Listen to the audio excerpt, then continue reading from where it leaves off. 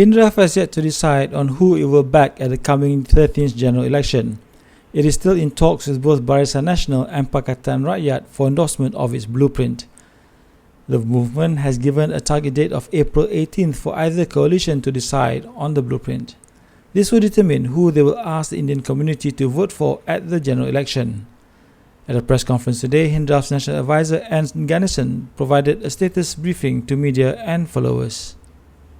With Pakatan, we have had 6 formal meetings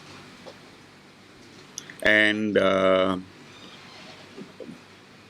least 15 informal meetings, more than 20 meetings in all. And right from the second meeting, we presented this 5-year blueprint, this document exactly. We presented this to the top leadership of PKR. That was in our second meeting. And subsequently, we shared this document with all the leaders, all the senior leaders of Pakatan. So they should be fully in the know on our thoughts on the 5-year plan for the socio-economic upliftment of the Indian marginalized and poor. The feedback we've been getting, in principle, we agree. But what we have been requesting is that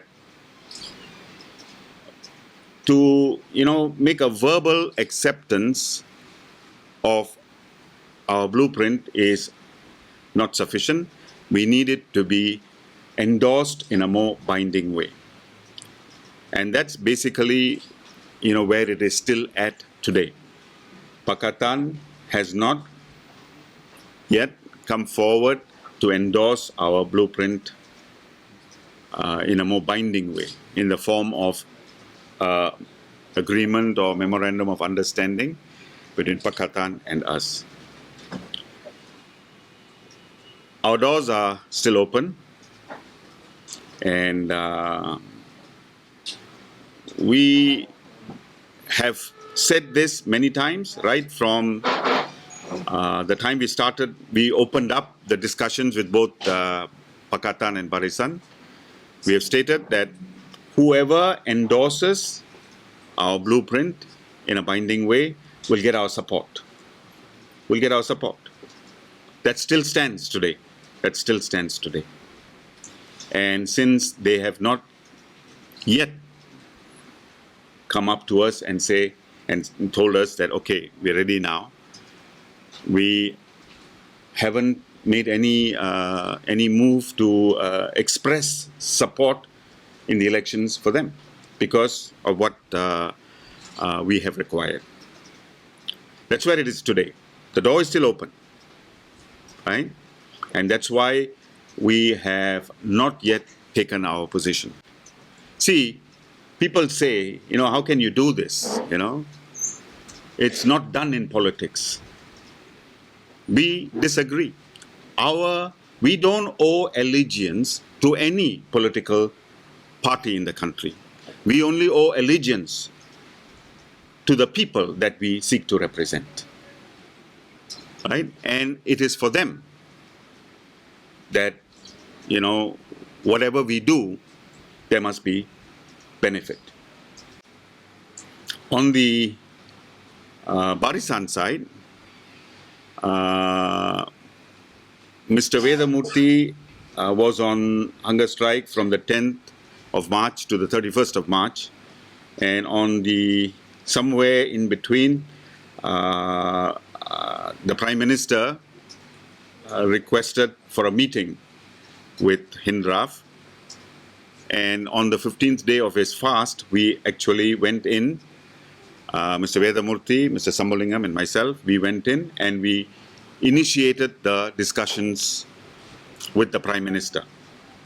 So that was a start. We had actually made the request to Barisan to talk to us late August. When we sent out the letter to Anwar Ibrahim, we also sent a letter to Najib, requesting both of them to talk to us. For whatever reason, Barisan did not respond until March of this year, when we went to see the Prime Minister on the 25th of March. And that was an opening meeting. And that was historic because we are or have been enemies. We have been at war with each other, right? And for us to sit down and to talk is indeed historic. And that meeting served the purpose of opening up lines of communication, so we could, proceed with the many discussions that are required. Also, it helped to kind of understand the gap that existed between their position and ours. But it was too brief a meeting for us to get into any detail. So that was the first meeting. And subsequent to that, we've had a second meeting, a third meeting, and a fourth meeting. Not with the Prime Minister, but with a team that he's appointed. We've had second, third, and fourth meetings. And the issues are being discussed. No outcomes yet.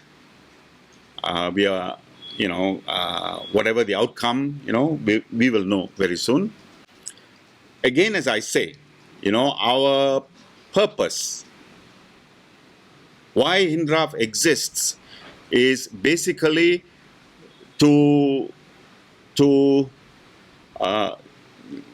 get this great nation of ours to recognize that there is a certain segment within our society, the marginalized, and poor former estate workers. That's what they are, former estate workers, who have contributed a great deal to the building of this country, now completely forgotten.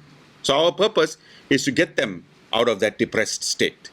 That is our only purpose. We have no other purpose, right? Though we do contribute to larger change in the country because of what we have to fight, what we have to overcome to get them out of that depressed state.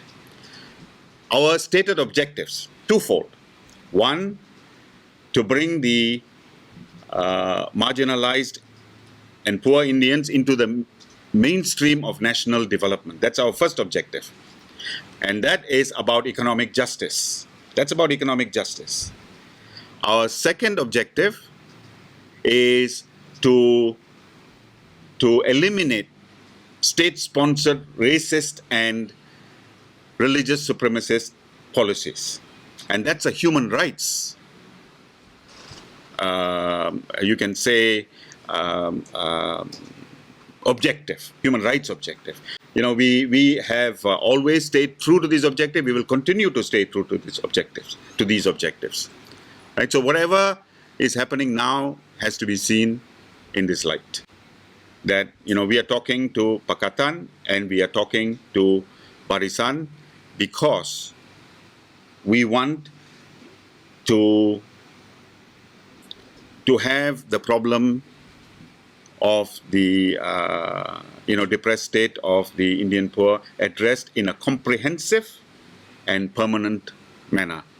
And also, since these are election times, and as we know how it works in politics, any number of promises can be made, verbal promises can be made, but they really don't mean anything unless the people can, force implementation, have some force for implementation after the politicians have got our vote. Our experience has been, in many cases, promises are made, elections are won, and then when we call in, the phones are shut.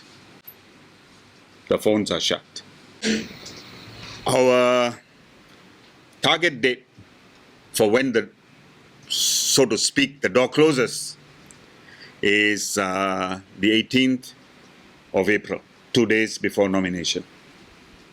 At that time, we will make our decision based on what happens by the 18th.